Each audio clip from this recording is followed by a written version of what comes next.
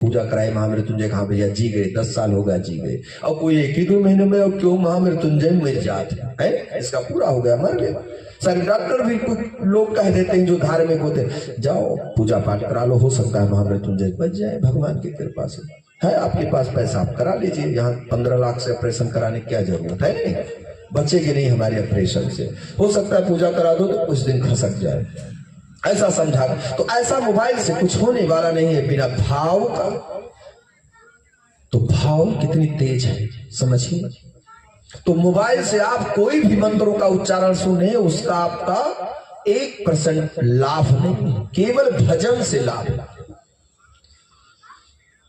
तो सुंदर भाव से चलते हुआ वह बालक कहता है, गुरु जी ने कहा आज से तुमको मैं गुरुकुल से निकाल रहा और मैं तुम्हें साप देता हूं, तुम हिमालय पर्वत पर जाओ, वहीं जाकर तप करो, तुम्हें गुरुकुल में नहीं पढ़ना है। हमने सोचा था भक्तों में कथा भागवत आदि बड़े बड़े यज्ञ कर इस सृष्टि की रक्षा करो।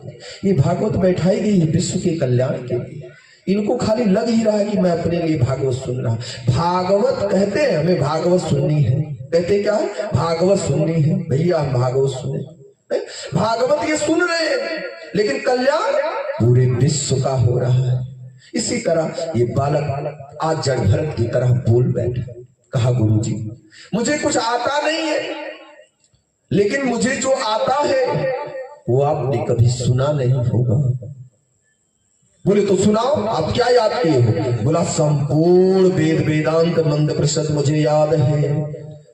अब सारे बच्चे हंसने लगे, ये बताओ इन्हें ये श्री गणेश आय नमः है, कहीं तो पूरा वेद है वेदांत इनका याद है, आज 10 साल हो गए।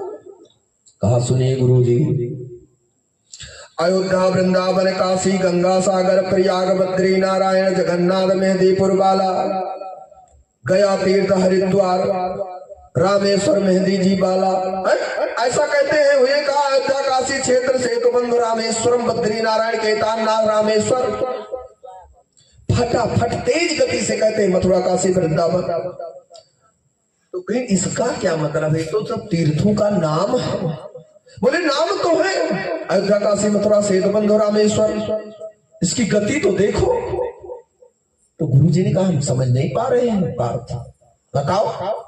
कहा गुरुजी मैं 1 सेकंड में आपको अयोध्या का दर्शन कराया, पलक भजते वृंदावन की, पलक भजते जगन्नाथपुरी गया तीर्थ कपिल रामेश्वर सेतु बंध हरिद्वार बद्री नारायण केदारनाथ रामेश्वर। बताओ 20 सेकंड के अंदर 20 तीर्थों का आपका ध्यान करा दिया।